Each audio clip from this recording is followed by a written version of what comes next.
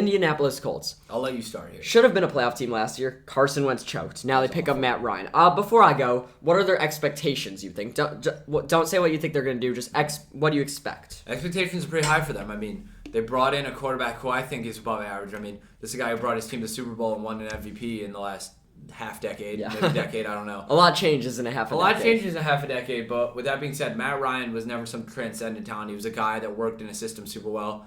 Now in a system that's made for a guy like him to succeed. I think this goes well for them.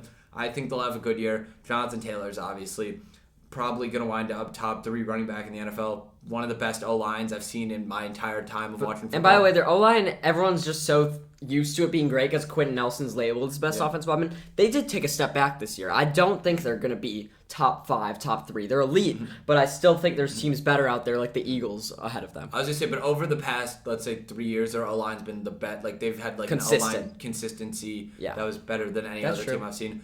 Additionally, their defense is one of the best in the league. I think they still have DeForest Buckner, Shaquille Leonard, Darius Leonard. Now Shaquille Leonard. You got to go with that. And how about they sign Yannick Ngakoue? They have a great underrated. And Kwity Paye, so much there. So I'll talk about the Colts now. Go watch our NFL Hot Takes video. You'll see me dive deeper into this than I will right now. He's in love with but this team. The 3 teams I'm following this year: Eagles, Vikings, Colts. I think the Colts get 12 plus wins. I think they run away with this division. I think they have a chance at the bye in the AFC.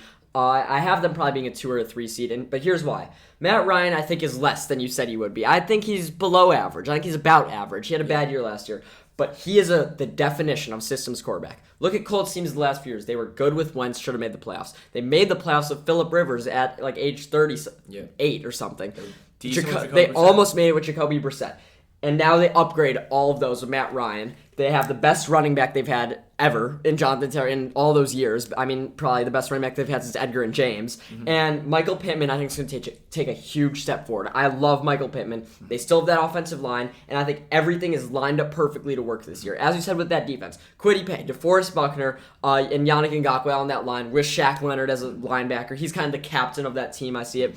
Plus, they picked up Stephon Gilmore. I don't know if he still has it in him, but that's an interesting piece to watch. He'll be good for them. That is why I love the Indianapolis Colts this year. I think they're going to pick up a lot of wins. Like, they're going to win close games, and they're going to be a dangerous team. I don't think they win more than a playoff game, but this regular season, they're going to be a team that starts off hot.